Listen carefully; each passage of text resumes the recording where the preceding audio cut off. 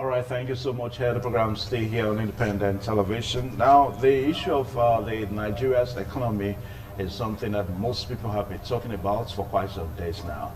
And if you take a look, you will recall that there seems to be a controversial issue, most especially as it relates to the amendment that the Edo State governor made over the week. Now, talking about the printing of the 60 billion naira to kind of augment the money that is needed by FAC for allocation to states. Well, this has generated a whole lot of issues. Now, yesterday, the Honorable Minister of Budget and National Planning, Ahmed Zainab, was on the papers. And of course, she did admitted that Nigeria, no doubt, is going through some economic clash. And of course, she's calling on states to make sure that their revenue generation is improved upon.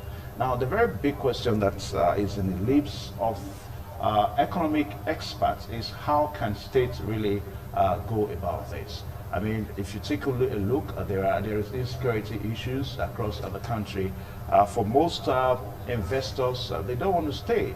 And of course, states are left without or little option on how to generate revenue. Well, this is going to be some of the things that we're going to be talking about today as we take a look at Nigeria's economic situation and curtailing the inflation rate.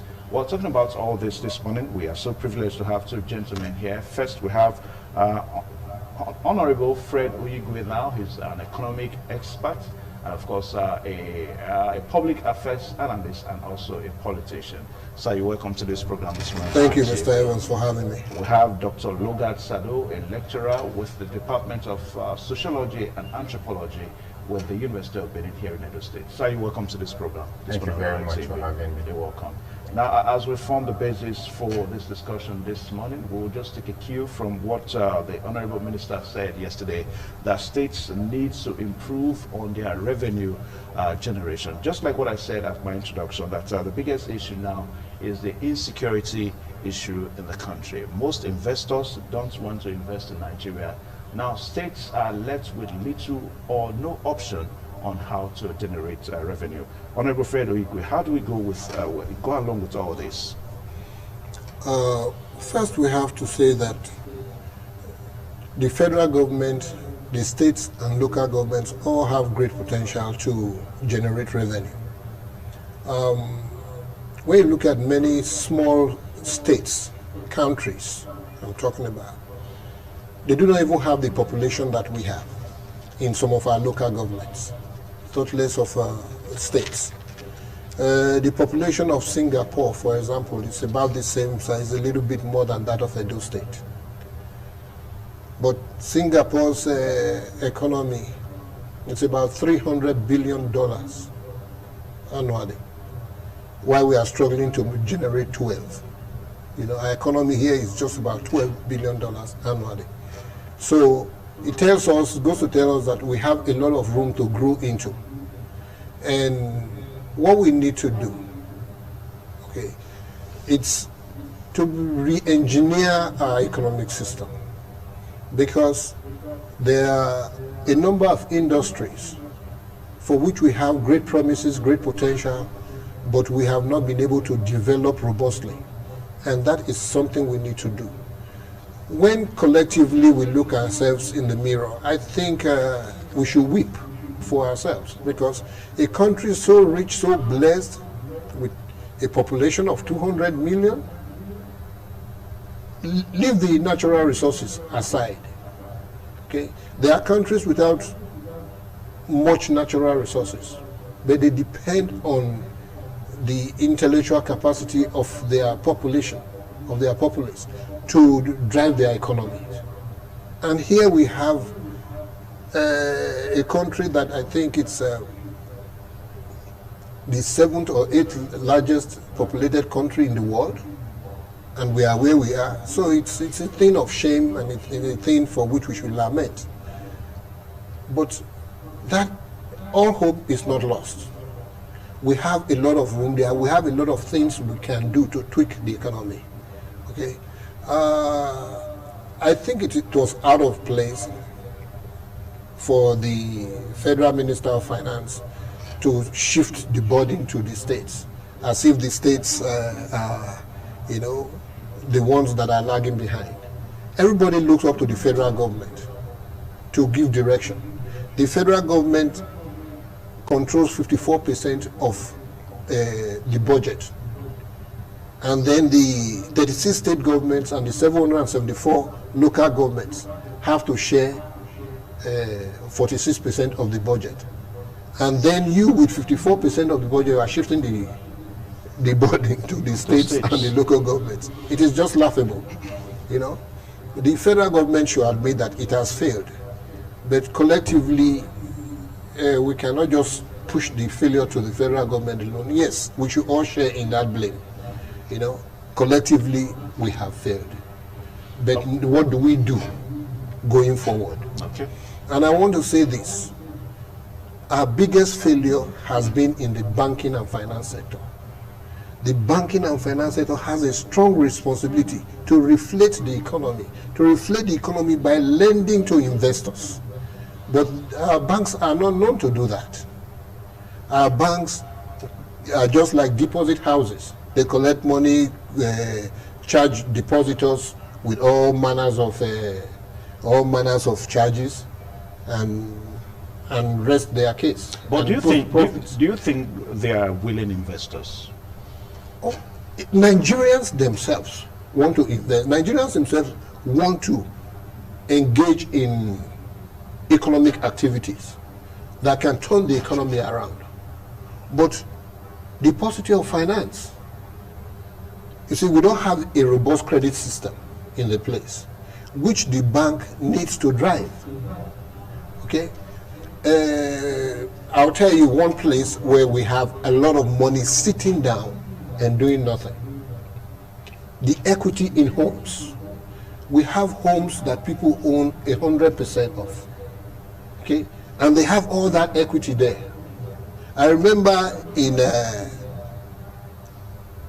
maybe 20, 25 years ago, the state of California initiated what they called a home equity loan program. And very quickly, many of the other states began to copy that program. What that does is that it frees up some of all the equity in the homes by allowing homeowners to access loans based on the equity they have in their homes, so that they can invest that in businesses. Okay, let me pause you so that I'll bring Dr. Logat Sado in. Now, what the Honorable Minister, was trying to do is trying to rejig states and let them know their position on how to see how they can also contribute to rebuilding the economy. There's no doubt that the economy is crashing down. But she also said that the GDP as it stands now stands below 2.5%, and that is not too encouraging for a nation like Nigeria. And she did say that for us to realize our economy back, it has to be beyond 2.5%. Now, Dr. Oyigwe said, talked about Singapore. Mr. Oyigwe. Mr. Oyigwe, pardon. Now, he talked about Singapore. It's no gate saying that most Western countries of the world, the economy will hardly go down the way ours is going down now. So, what do you think that these nations are doing that Nigeria as a nation is not doing? Thank you very much, Mr. Evans. Well, I think that other nations of the world are genuinely interested in growing their countries. They don't play politics with their economic policies, and they don't pass blames. They take responsibility, and they are eager and willing to champion the cause that will bring about development in their societies. What we have in Nigeria is a case where politicians actually play politics with the very soul of this country. For instance, when Governor Obaseki came up with the idea that the CBN printed about 60 billion naira, the first response from the federal government was that it wasn't true. And then thereafter, they began to own up. They started giving explanations why it had to be so. And instead of owning and taking responsibility, they began by blaming the state governments that they were borrowing and that they will soon start asking those state governors or state government to start paying back. You see, you mentioned Singapore, you mentioned other Western parts of the world. There's a book I came across some time ago, how the West developed. If you read that book, you will notice that what the West did was simple. They created what our politicians sing with. They created the enabling environment to promote investment, just like Mr. Igwe said, to encourage investors to come and invest in their countries.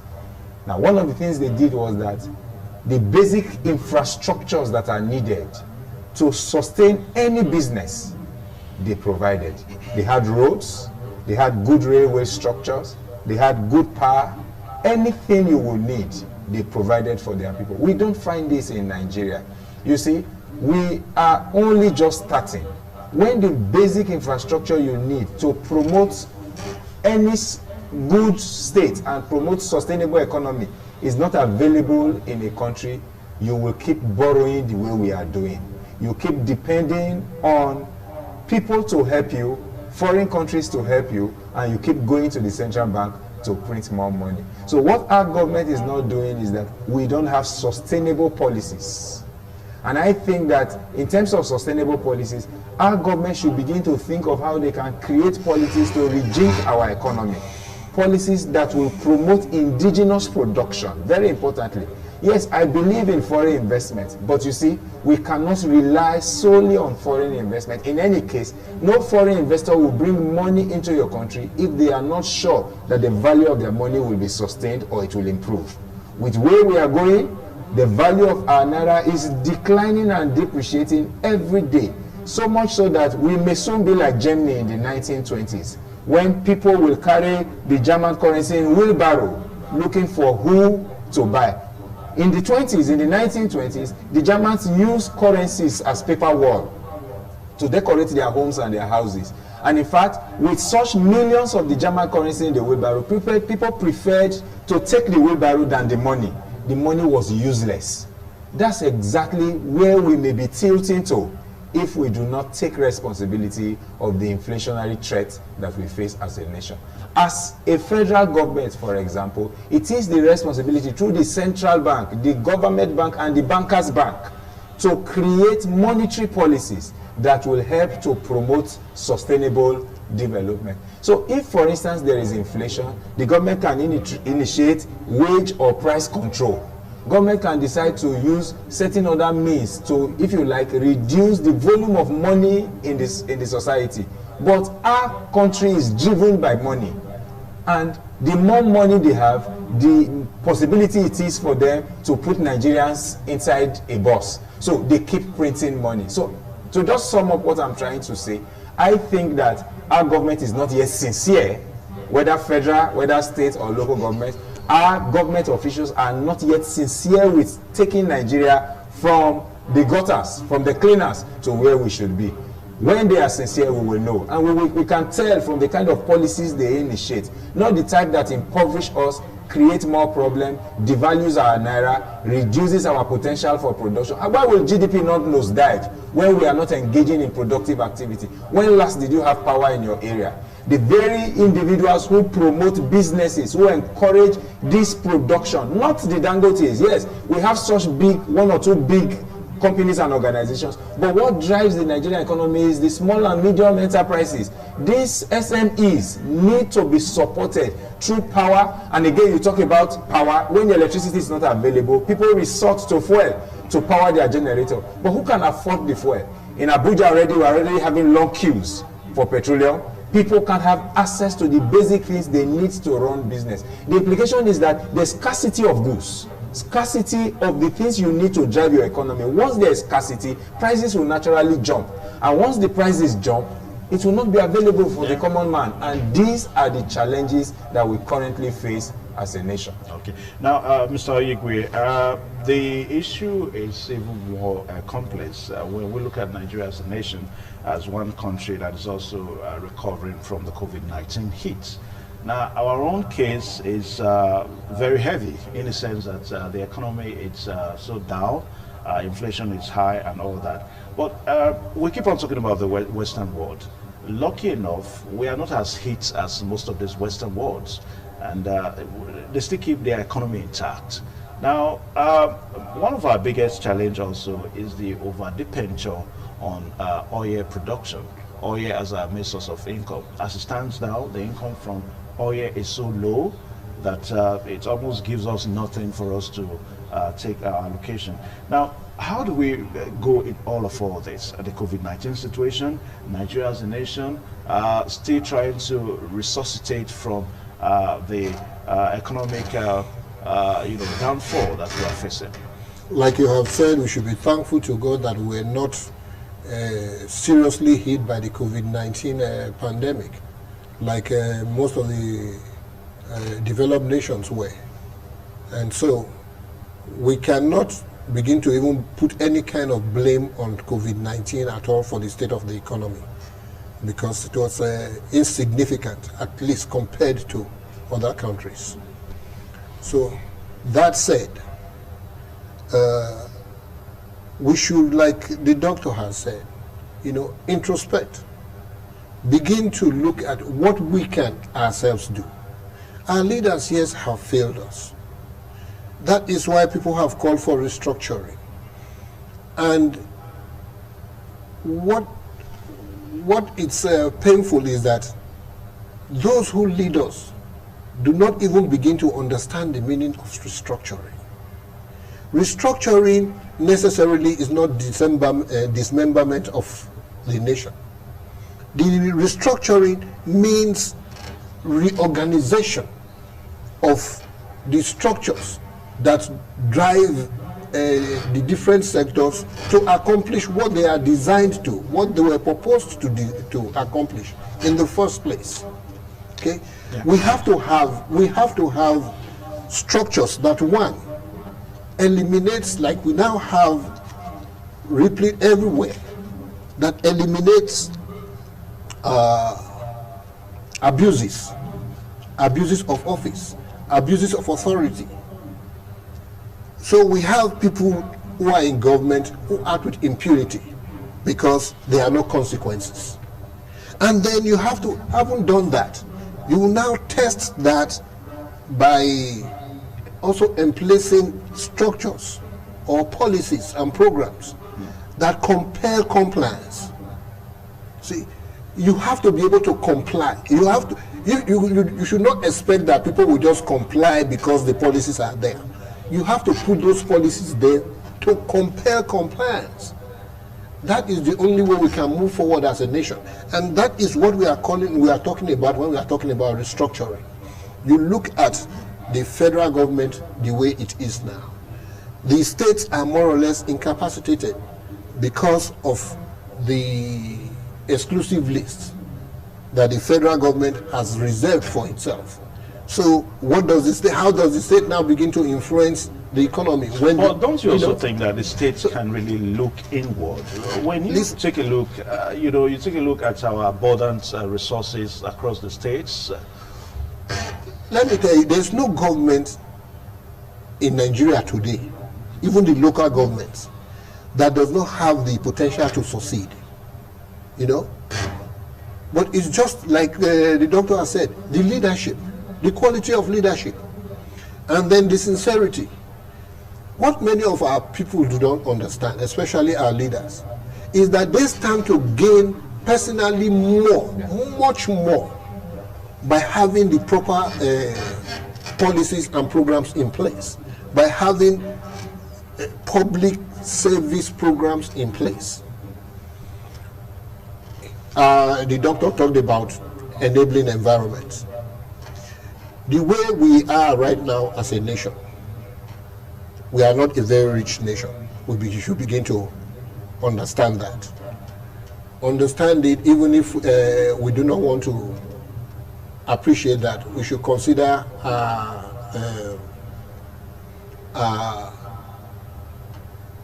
per capita income relative to other countries. So that tells us where we are. So we are a poor nation. Let me put it that way. Let's not mix words. Okay. So we cannot hope to dissipate the little that we have across the nation. Okay. We have, because we have been a monoproduct economy, depending on oil and gas, We have spent our revenues on consumer goods, on promoting consumerism, which should not be the case. If we had set aside sufficient money for investment, for industrialization, we will not be having this conversation. But the way we have right now, we should begin to identify and create enclaves, industrial enclaves, industrial layouts, few industrial layouts to begin the process. We had some early on in the 90s and in the 80s, but they have died. The vision died. There was no continuity. So we need to create those ones again. I will give you an example. Two things, two products. I would just want to use two products as examples. Why should we as a nation, for example, knowing that security is a challenge worldwide, continue to hope that we should be importing guns and importing arms and ammunition? Those are things, those are the basic technology, things we can produce. Instead of encouraging those who try to produce them, although they do that illegally, instead of regulating them and try to produce them so that we stop importing these things and therefore stemming capital flight, we discourage them. But don't you think that's one? That's one product, yeah. And I want to use a second product. Your cell phone, these tablets. We are now dependent. We are in a world that we now depend on technology. Okay, 200 million people. I can assure you that over the next 5-10 years, we are going to import at least 500 million tablets and cell phones into this country. That in and of itself, it's a huge industry, which we ought to promote, which we ought to establish, to make sure we do not, over the next 5 years, if we were going to import 500 million cell phones and tablets, let's cut that down by producing it in-house. Let's get those companies that import, that export to us, to come here and establish. Or you're locked out, you're not going to be a part of it. It's a market that is attractive to any producer. Any significant producer will be attracted to a market such as this. Thank God Nigeria is resilient. Nigerians in the main are very visionary, they are very energetic. Yeah, but we're talking about the nation Nigeria now, not it is people. Excuse me, it's the people, it's the aggregate. You know, what you do, what I do, what he does, combined is what drives the country. You do nothing, I do nothing, he does nothing, the country goes nowhere. So it's what we are doing individually, what we are doing collectively when we can come together and do something. How we are able to synergize. You know, then what the entities are doing, what are regulatory organizations doing, our agencies. See, like he has said, if there is sincerity with these agencies, then we will begin to see programs and laws and policies that feed the organizations that they regulate. All right. Now, Dr. Sado, a while ago, somebody mentioned price control as one factor that we can use to curtail the rates of inflation. Price control. Okay. Price control as one of the factors we can use to curtail inflation. Now, the greatest challenge for us as a nation is that Nigeria is underproducing. The nation is underproducing. As a matter of fact, just like what the Honorable Minister said, that GDP is below 2.5%, and that's very, very alarming. Now, for primary knowledge of economics is that when you have plenty money pursuing fewer goods, you have inflation. Now, for a country that highly depends on foreign goods, a country that is not producing, how can we use price control to curtail inflation? Well, it appears to be an insurmountable task. Since you don't produce, how do you control the price? Yeah.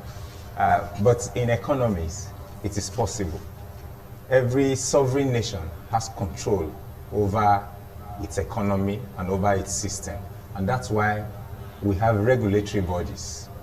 The regulatory bodies are supposed to regulate the prices, whether it's the consumer regulatory agency or the product itself regulatory agency, or even the Standard Organization of Nigeria. We have several regulatory agencies in Nigeria whose primary responsibility actually is to protect the consumer. That's the primary responsibility. Unfortunately, these regulatory agencies appear not to know what their responsibilities are. However, having said that, I think that what the minister said is belated, and I think is an afterthought. That's because Nigerians have been clamoring for over 2-3 years now that we are likely to suffer a lot of inflation, especially in consumables, agricultural products, owing to the fact that we have become susceptible to insecurity in our nation. Now, let's even leave the manufactured products where we have little or no contribution. Let's talk about the agricultural products for which we were renowned. For instance, Nigeria was, I don't know whether we still are, the world largest producer of cassava. Nigeria was the world largest producer of tubers, yams. Of oil palm. Of oil palm. Of cocoa, second to Ghana. And after then, we have several other products for which we were known to be the best. Now, with banditry attacks, with terrorism and killer herdsmen on our farms and our forests and bushes, the farmers have been driven away from their farmlands. They've been driven away from their communities. In fact, most of them now are in urban centers. Some of them are even in refugee camps. They are no longer farming. Naturally, if we used to have production of, let's say, 10 million tubers coming from Benue State, and all of them are now in urban centers, of course, we have reduced the production of that. And like you have said, inflation is too much money chasing too few goods. Now, that is the problem. If government wants to solve this problem, it is not a straitjacket approach. It must be holistic. The issue of security must be dealt with. You see, outside of farmers who are afraid to go to their farms to go and plant, cultivate, weed their farm and harvest, there are several other issues that has to do with security. The foreign investors who should even come to Nigeria to come and invest are afraid that they could be kidnapped. And some of them may have been kidnapped and their capital has depleted because the kidnappers asked for ransom and they had to pay ransom. And after paying ransom, they pack and leave our country. You see, so these conglomerations of problems have created the challenge that we currently face. Now, since we don't produce, how do we regulate price? Like I said, as a nation that is sovereign, we can regulate price. Government can do that by engaging the producers, by engaging the middlemen, and by engaging the consumers. I think that in Nigeria, especially in agricultural products, and of course in other products, like Dangote came out the other day and said that he has not increased his cement price. He still sells to distributors for about 1,800. But I bought a bag of cement for 4,000 naira. The issue then will be middlemen. What then is the government doing about the middlemen in our business and economy as a nation? If government does not regulate them, does not regulate price, we will be at the mercy of producers. We will be at the mercy of the middlemen. Because the farmers, let me take farming as an example, since that is what we produce. The farmer may sell a tuber of yam for 100 naira to the middlemen. And when they get here to New Benin, they sell for us as 1,000 naira. Who then do we hold responsible? Okay. Now, Mr. Oigwe, let's also look at some of our legislations, because it appears that our laws may also be contributing to some of the economic issues we have in the country. We understand that very recently the National Assembly is on the verge of liberalizing the production of cement. In other words, so that certain individuals or certain organizations won't just have the sole rights to bring in cement and other produce. Now, do you see our laws as a help? Can our laws help some of these issues we're talking about as it relates to inflation? Okay, that takes us right back to your previous question, whether or not there should be price regulations and price control measures. Yeah. Okay, instituted.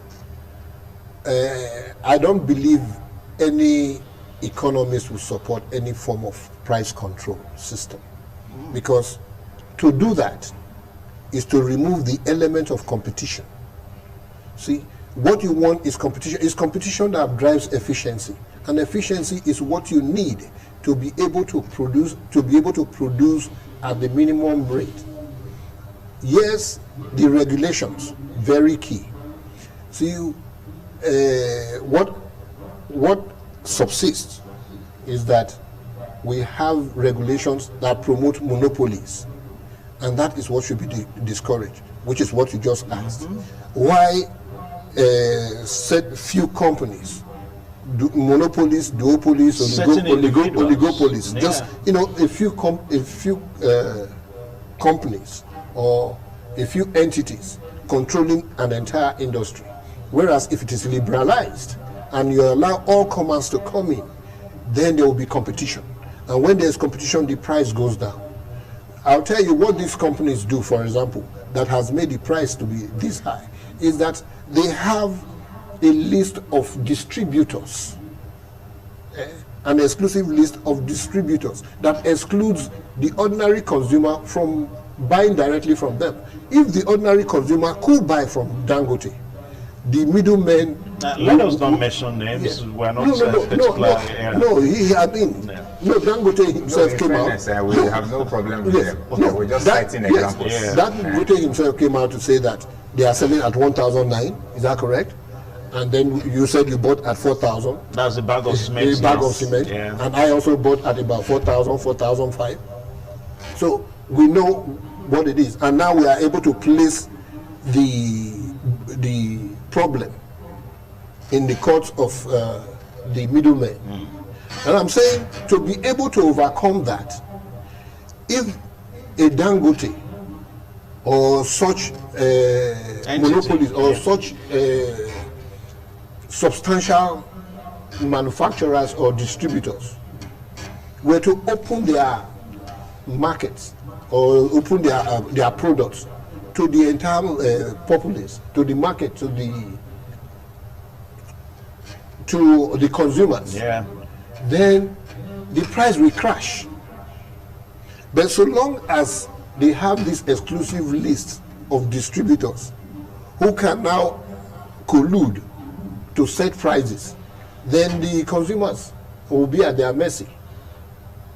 So that can be easily removed. And that is what you are alluding to in the kind of policies that our leaders put in place. Okay. What are the policies that would stem abuses? So when you look at your policies, you test them. Will this one give room for abuses? If they are, then you tweak them so that they do not lend themselves to abuses. And after that, you now put policies in place to make sure that people are able to comply. It makes them comply. Compliance becomes compulsory. Because if you leave people, like if you create a monopoly now, it is expected, like let's use the energy generating energy distribution companies. They are basically monopolies in their regions. Okay? And then they also have the opportunity and becomes opportunistic in that desire to collude, to make demands on the federal government to set tariff rates. Okay? Now that, for example, we have the Osiomo energy plant here, you see, you can say that a measure of competition is about to set in this particular region of energy distribution.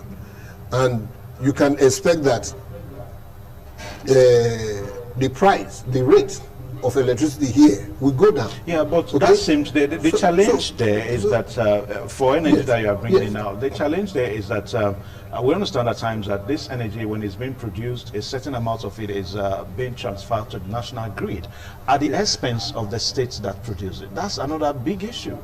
That goes So it back to falls the, back to that the goes back to the legislation. question, yes, that you asked. Yeah. The legislation, the sincerity of purpose in the legislation, in the policies. If, like the doctor has said, we do not politicize policies and programs, then we'll begin to look at issues objectively. And in that objectivity, then we are able to promote efficiency. Efficiency is the key, different from effectiveness. Efficiency is the allocation of resources to their highest economic value. That's what we want to accomplish. Okay, now, Dr. Sado, the issue of resource control is perhaps one thing that we cannot but think about. Because resource control all entails states control whatever you produce. That gives rise to competition. It also enables states to be on their feet, just like what the Honorable Minister is trying to say.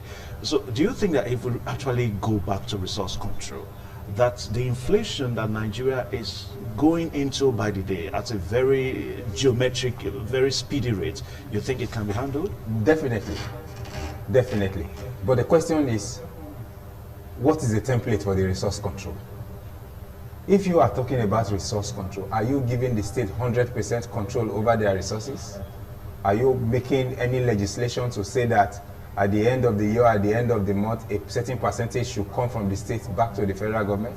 Because what is currently in operation now is the 30% oil derivation. Yeah. And then federal government, like he said, takes about 54% of whatever we earn as a nation and distributes the balance 46 to 36 states and of course the 774 local governments. That is not resource control.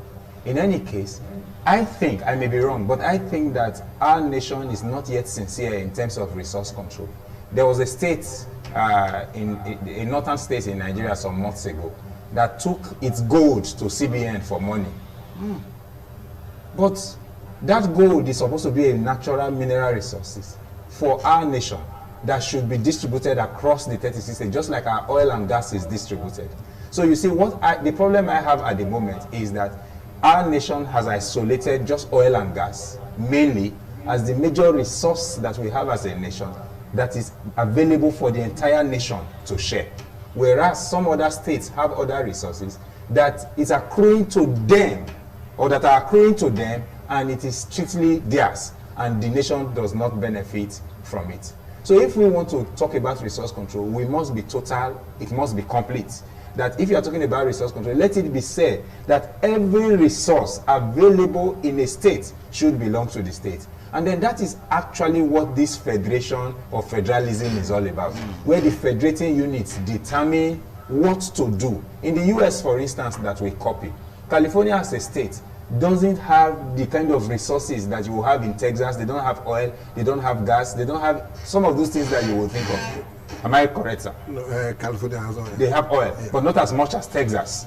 But the point I'm trying to make here is that when California saw that they needed to beef up their revenue, they engaged in so many other activities, like in education, like in entertainment. Hollywood is there, technology, and several other things that you can think of, such that the revenue that comes to California is not mainly from the oil and gas or the natural field. It's in those other aspects. They have been able to develop themselves. If it's entertainment alone, that Hollywood, the billions of dollars that come from them, it's something else that you can imagine. So I think that as a nation, we must drive the issue of resource control. You know why? Because there are several lazy states in Nigeria.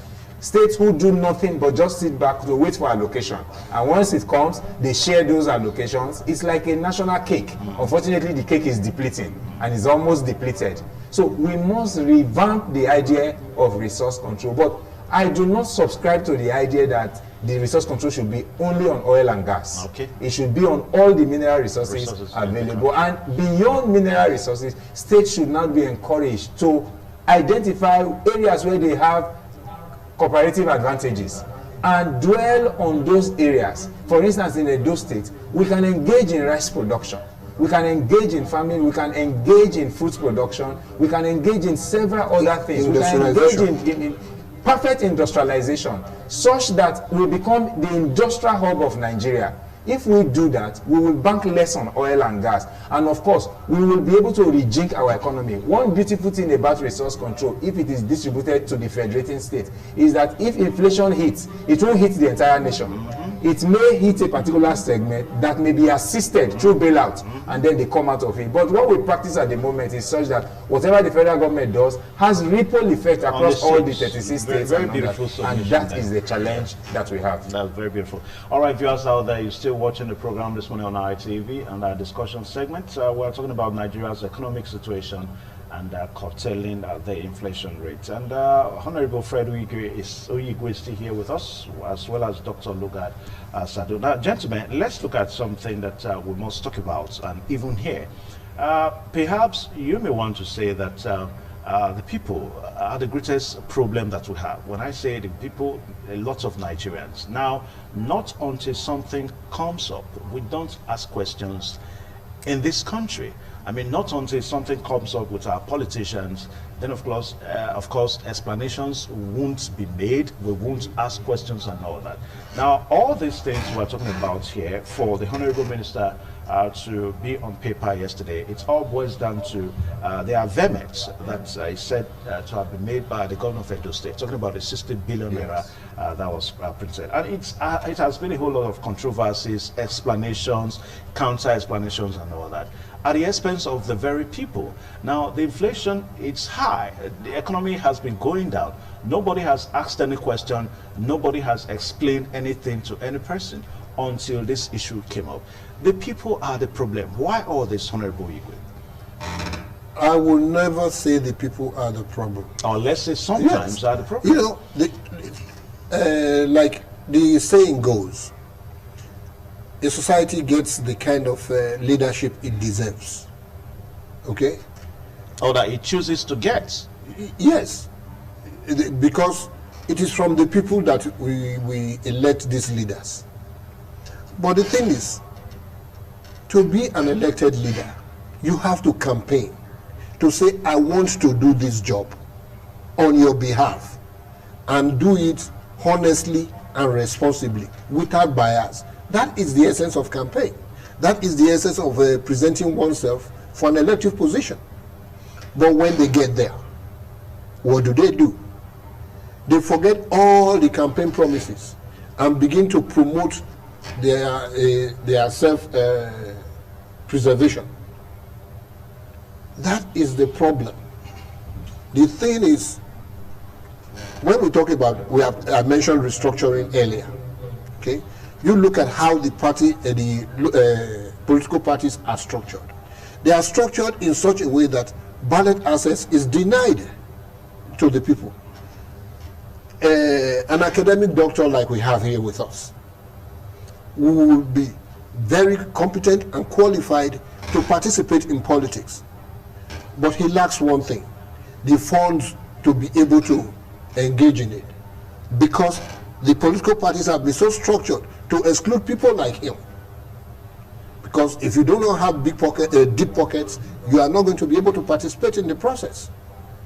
At that level, the level of influence, where your ideas will begin to influence the development of the society. That may not be all that correct. So we've had leaders in this country that me. All they had let me quickly say this. Like Adams Oshomole, when he contested, all he had was just his ability, and people saw him, and the party picked him up, and he was. It was the same Oshomole, if you remember, that increased the presidential ticket for his political party to 40 million naira. How are you going to take? How are you going to take? It was the time, not just Adams. No, excuse me. To become a president in the United States, okay, $500 is all you need paid to the office of the Secretary of State. $500 is all you need. And if in the alternative, you are able to gather 10 or 20,000 signatures, then you don't even have to pay the $500. It's totally free. That is what we call ballot access. We have the opportunity to access the ballot, that is to be able to participate. And that is what we need to do here. If we want to get the best of the best leading us. I have a caption that somebody sent to me on social media. He said the difference between animals and humans is that the animals will never allow the weakest and the dumbest to lead them. In our own case, that is what we have. We have weak people leading us. We have people who are not qualified leading us. Leading us because those who have cornered the society, those who have held us hostage for a long time, have been able to corner a lot of the resources, and they now use the resources to drive their own ambition and vision, which is their selfish ambition and their greed. That should not. How do we reverse that? That is why we have to say we need to restructure.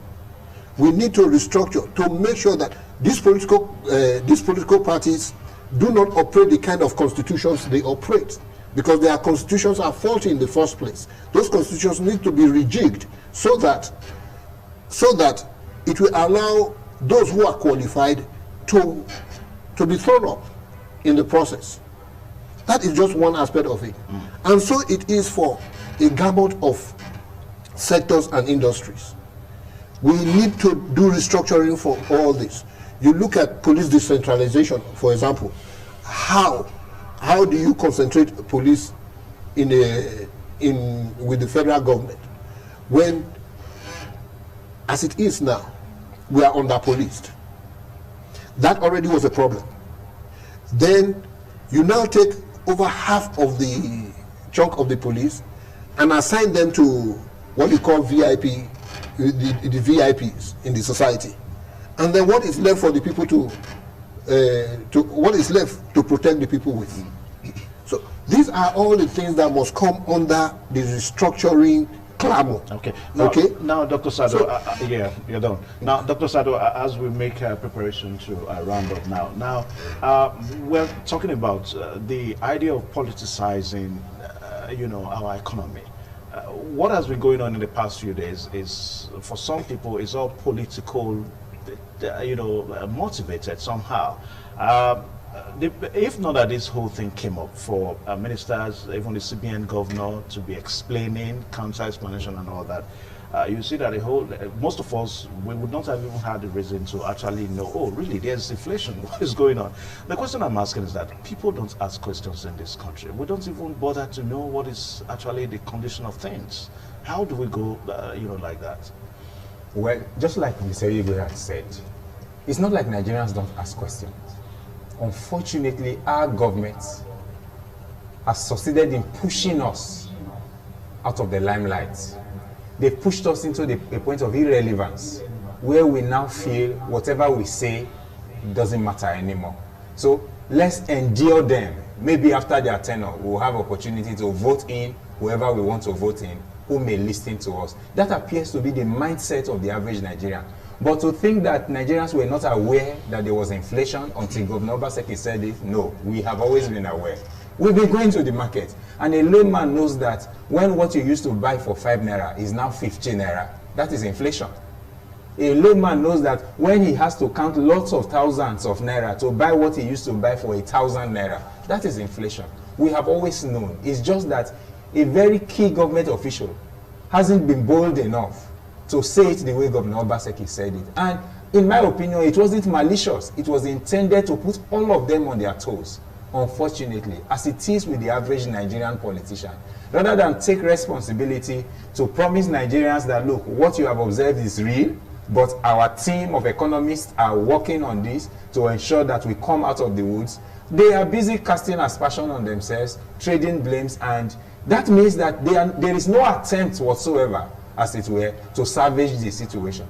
Because for us to salvage the situation, our politicians must first of all acknowledge that, see, this is the reality. And they should take the blame.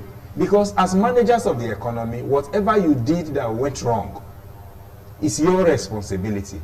Unfortunately, we do not have a system where it is very easy to recall politicians who have failed in their promises. Just like he said, during elections, politicians campaign and make promises to us. In some climes, let me not use sane climes. In some climes, when politicians are unable to deliver they resign.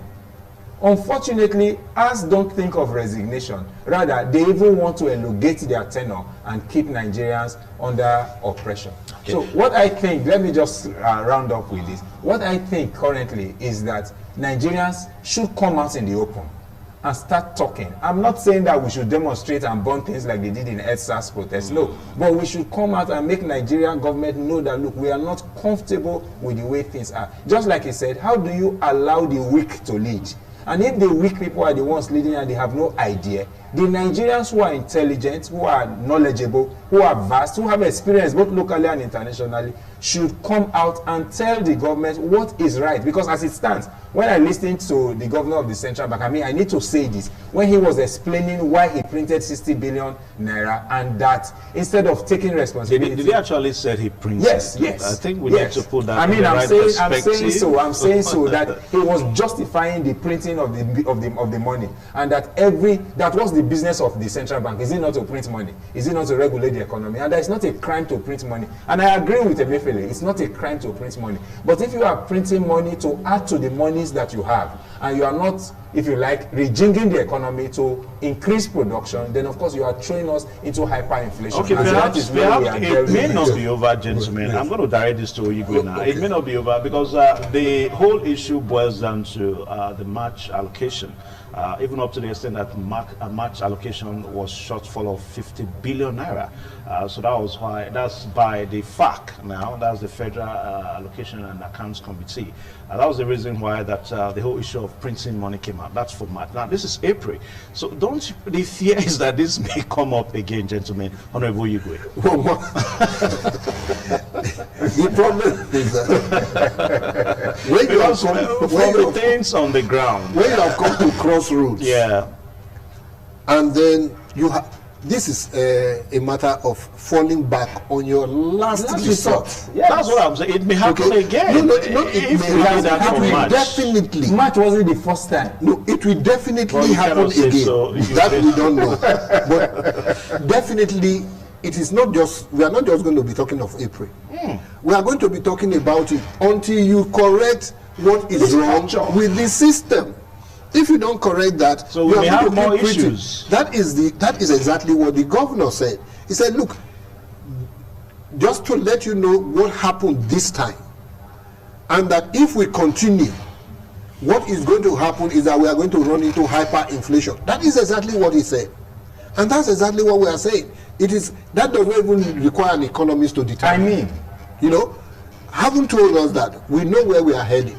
I'll tell you, when SAP was instituted, okay, the naira before SAP was 1-to-1.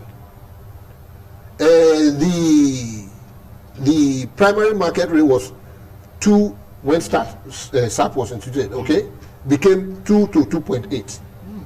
That's 1 to 2.8. I'm sorry, $1 to 2.8 naira, and $1 to 4.2 for pounds. No, to 4.2 naira for the general market. Okay. There was a privileged market of made up of essential goods and services and all of that, like supporting the aircraft companies and all the aviation industry. So those ones were able to access the dollar at 2.8, whereas everybody else had to. So that duality of exchange rate in and of itself was already a problem, because what ended up happening is that those who were able to access it at 2.8 went round to the market and sold it at 2.4 at 4.2. Okay, and so that was already affecting the economy. And then I remember my friend came home one day and said, look, you Nigerians, you don't even know what you're about to enter into. That when this thing now takes hold, this SAP really takes hold, 1 naira is going to be 100 naira. We say, hey, that's not possible. 1 naira, 100 naira. How can 1 naira become 100 naira? How much are we exchanging today? Almost 500. Almost 500 naira. In such a short space of time. When before then, naira has been stable for a very long time. Okay? We hear about all these problems we are having now. But there really was a time, if I recall right, when Naira was stable, electricity was stable in this country. I didn't know what a generator looked like until 1985. Because no house had a generator. You know, electricity was stable. What the governor has said is that we have a problem on our hands. The federal government should wake up and address the root problems of this problem, because if it continues, we are going to sink to the level that he just described. Yeah. You know? Yeah. And I want to go back to the question you asked earlier, that Nigerians do not seem to be asking questions. Okay? Nigerians expect the press, you guys, to ask these questions on our behalf. Okay? And that's why we do programs like this. Exactly. So that but we know too that you are handicapped. We know you are handicapped because of the pressures. I want you to cast your mind back to the years when we had only NTA. The government came and told us anything they wanted. But when that was deregulated, which is the way to go, okay? When that was deregulated, now we have a multiplicity of stations, yeah. independent stations like this. Okay. Now we are beginning to get more objectivity, but we should not rest on those oars. Okay. We should continue to support the media, the fourth estate of the realm. Okay? We should continue to support it to make sure that they are more independent. What is not happening? Okay? If people like you who anchor programs, you are well remunerated, okay, then you now have more confidence to be able to sit and face those who have been reposed with responsibility questions that are deep, that are crucial. Okay. Now let me. I want to just conclude with this. Time, yeah. Just before, that was I think in '84, before I left the United States, there were anchor men earning in excess of $1.5 million a month in 1984. Now they are anchor people who earn $4-5 million. That's in the US. Yes. In this place, we have a market of 200 million people. The media industry is not robust enough to be able to give the kind of independence to the people. And right. I think there's room for that. Okay, now, Dr. Sado, one more word from you. Looking at for it not to happen again in the month of April and so on, I just wanted to... I don't get you. you got me. Can you please read? You got the question. You are just trying to... Can you say it again? What we are saying is that the Honorable Minister of Budgets and National Planning, Zedat Mohammed, has said that for the month of March, the FAC had a deficit of 50 billion naira. That's why the issue of printing 60 billion came out and all that. Now, what we are saying is that Nigeria is not getting enough revenue because of the low level of income as it relates to oil production and all that. Now, for the months of April and so on, what is the guarantee that these whole issues may not come up again? In other words, that CBN may not bail out FAC, as it's been alleged to have done for the month of March. Okay. Let me provide hypothetical suggestions. I think that the first thing that the government should do is to block all leakages. Block all leakages. Okay. I understand that the fact that we have shortages from the oil and gas sector does not stop us from harnessing the benefits in the customs, excise duties, the custom duties and all the others. And I know, just like one of the ministers said, we have leakages in some of those areas. So they should block those leakages. And I think that if the IGRO generated from these bodies, including the taxes that they get from corporate organizations and from Nigerians, it may help them. But as to whether or not the government may succeed in meeting April demand without printing more money, yes, they may have to borrow now. Borrow from maybe China, I'm suggesting to them, Borrow from foreign reserve. Borrow from foreign reserve. Yeah, the way the minister said that that's where they took the money from. Or sell government bonds. 50 billion. Sell government bonds to Nigerians Instead of printing. Okay. But you see, all of these have economic issues. How many Nigerians will be bold enough to buy government bonds when the value of the naira is declining on a daily basis? These are serious economic issues. And of course, like you know, I'm a sociologist, so I speak from the human perspective, the societal perspective. I think that what Nigerians need actually is results, not explanations. And so this government should go back to the drawing board.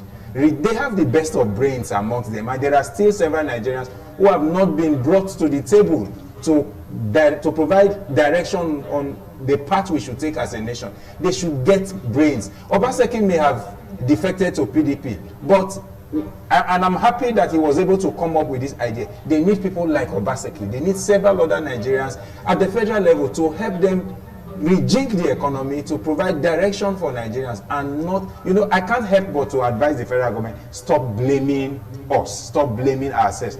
You are the ones with the mantle of leadership at the moment. Do all you can to salvage the situation. And in any case, that was why you contested. That was why you campaigned. And Nigerians voted for you because they felt you could solve our problems. Don't disappoint us. That's all right, gentlemen. Thank you so much for finding time to join us on this program today. Now, just like what we always tell you here, that the views and opinions of our guests are entirely theirs. It is not the opinion and views of independent radio and television. We don't give opinions here. We don't make views. All we do is to give you the opportunity for you to know what is going on as a viewer out there and also as a listener. And also we give the opportunity to our guests too, so that they can explain the issues as issues go on in the country. Gentlemen, thank you so much for joining us. Thank you again for having me. Thank you. My name is Evans Nukuye. The program is still on. Please stay tuned.